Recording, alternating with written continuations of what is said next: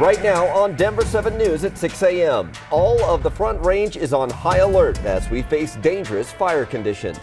It is a Denver 7 weather action day. We have alerts covering all of eastern Colorado, from high wind warnings to red flag warnings. We'll take a look at when those winds are really going to kick up and just how toasty it's going to get in your neighborhood. Our team is helping you prepare and reduce the risk. I'm Denver 7's Veronica Acosta. We've had a lot of red flag warnings, but experts don't want you to get complacent. And I'm Christian Lopez. Firefighters change their tactics on days like this. The steps they're taking to protect people and property. Yeah, we want to get you prepared as we take a live look from our Mile High camera. What a great start to our Friday. The silhouette of the skyline there and a beautiful sunrise, which is what we want to see and we want to be able to enjoy, but that will change in a matter of hours when the wind picks up. Our team is here to help you understand the risk, what's being done to prepare, and what you can do to help. Meteorologist Lisa Hidalgo kicking off our coverage because there are red flag warnings that will go into effect later today. Yeah, in the next few hours, we're really going to start to see the winds kick up. It's really calm right now. As you're stepping out the door, speeds are at about 10 to near 20 miles per hour. Some of those pretty shots we have across the metro area, those cameras are going to get really shaky here within the next few hours. We have high wind warnings and fire weather warnings going into effect here by late morning. So it covers not only the entire metro area, but take a look statewide. Pretty much the entire Front Range and then all of eastern Colorado. Now in purple, that's the winter weather advisory. So snow is on the way. We'll see rain here in town. That's the good news, but the bad news with this cold front is what comes in ahead of it, and that's the warm, dry, windy weather. Take a look at our fresh air forecast. By noon, we're going to be in the mid to upper 70s. If it was calm, you would have a beautiful summer-like afternoon, but with those gusty winds, it's going to get a little frustrating at times. We're looking at highs right around 82 to near 85 across the northeastern plains, 90s to the southeast, 60s in the mountains. Coming up, we'll take a closer look at your futurecast. That'll show you the wind vectors, the timing of the winds, how they're going to pick up, and when that rain will finally move in. All of that on the Super 7 Day, Colette, in just a few minutes. Yeah, and Lisa, people are starting to get out and about, starting their Friday mornings. They're out on the roads. This is Air Tracker right now flying over, and there's actually the first crash that we've had of the morning. So I want to take you to our map. It looks like this is actually someone responding to that rollover crash. So this crash out here on 270 westbound, it's east of 25. You're going to want to avoid that area. We don't have too much information about that crash at this very moment, but it is our first problem spot of the morning. Your drive times, though, looking pretty good in and around the metro. This is from 225 to 70, 10 minutes, pretty standard right there. And then your drive times to and from the airport, also looking great. Thank you, Colette. Well, some people may think they're imagining it. No, the National Weather Service really has declared more red flag warnings this year. Yeah, experts are now worried we'll become numb to these red flag alerts. Denver 7's Veronica Acosta joins us from Boulder County this morning as a reminder never to take these warnings as just background noise. That's exactly it. And the hope is that nobody ever becomes numb to these warnings. But experts really do believe on days like this, when eventually we'll start seeing that wind pick up, that'll be enough for people to really take fire danger seriously. What we do have to remember is before those fires spark up come those red flag warnings. And like you just mentioned, if you think you've seen and heard more of those, it's because you have. The criteria has not changed. We have seen a record number for the month of April. We've been issuing these since 2006. And so far this month, including today's, we're at 12 red flag events, which is a record for the month of April. These red flag warnings, they get issued when there's high fire concern. So that typically means humidity is expected to be at 15% or less.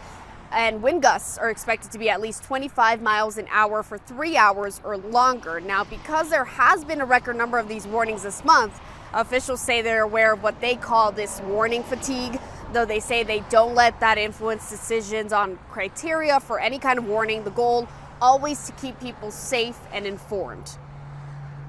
The message is actually quite simple. We don't necessarily need you to take specific actions with every warning. A lot of things are just kind of a one-time or maybe twice per season kind of thing. Make sure that you have a go bag packed with essential supplies for a few days. Make sure that your property is clear, has decent defensible space, gutters are clear of leaves, and also make sure that you're signed up for emergency alerts. And coming up in the next half hour, we're hearing from climatologists why they say and why they believe those red flag warnings are happening more often. We're in Boulder County this morning. I'm Veronica Costa, number 7. Thank you, Veronica. The governor and the Colorado Division of Fire Prevention will release the 2022 wildfire outlook for Colorado. And we've heard it before, but experts say we are now in a year-round fire season.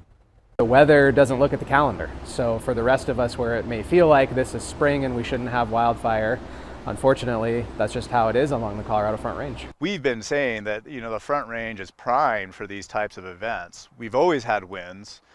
We always have dry fuels really from the late summer going all the way through until green up in the spring. So that potential has always existed. It's always just taken that one spark or that one thing to really establish such a catastrophic event.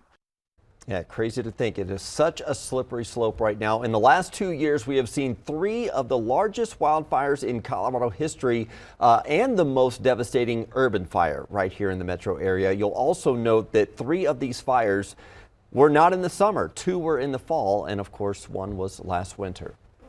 All of us need to be on guard for days like this. Local emergency responders even changed their tactics for these red flag days. Denver 7's Christian Lopez is live near South Boulder Creek with more. Christian? Yeah, and fire crews are always ready to respond, but they pay even closer attention to red flag days like today. So when we're seeing high fire danger, they actually have increased personnel that are ready to respond in case a fire does break out. You might even see fire crews patrolling your neighborhood or also removing engines from different locations.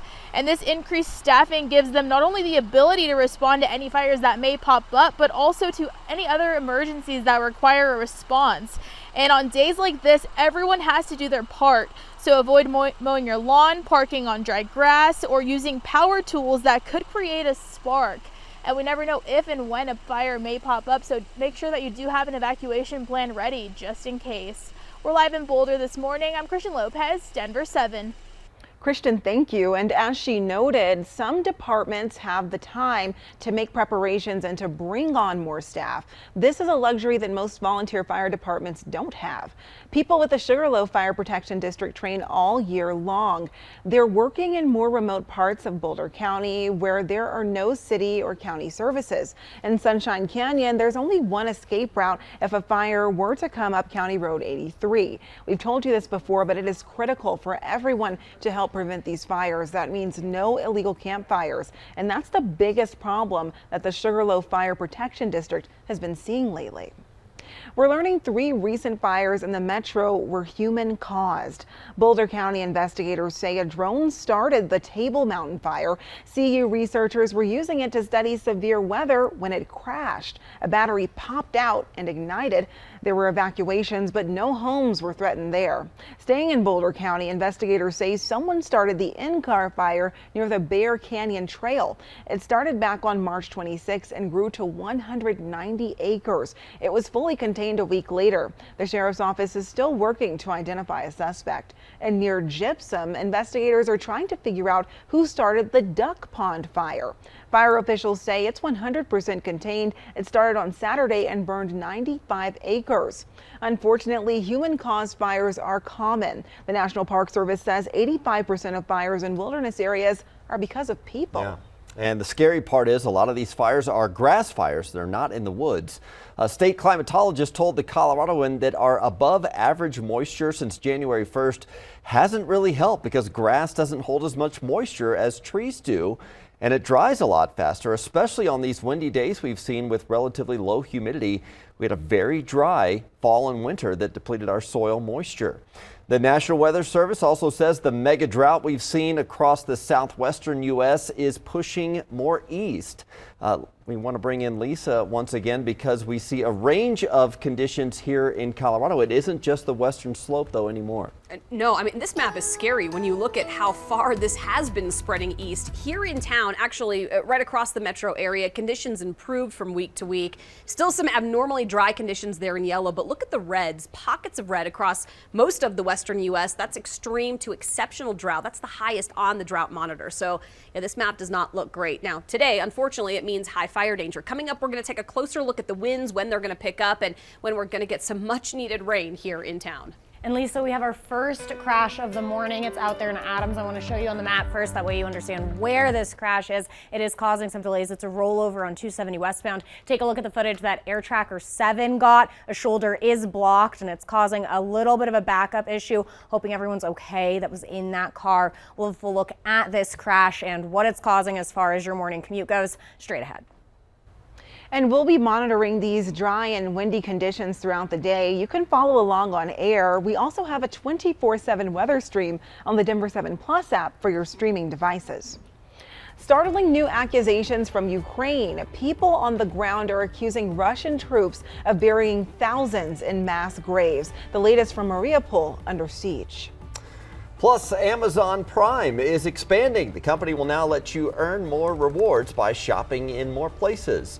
And Colorado's Teacher of the Year wants you to pay attention to our water on this Earth Day, how you can help conserve our most precious resource.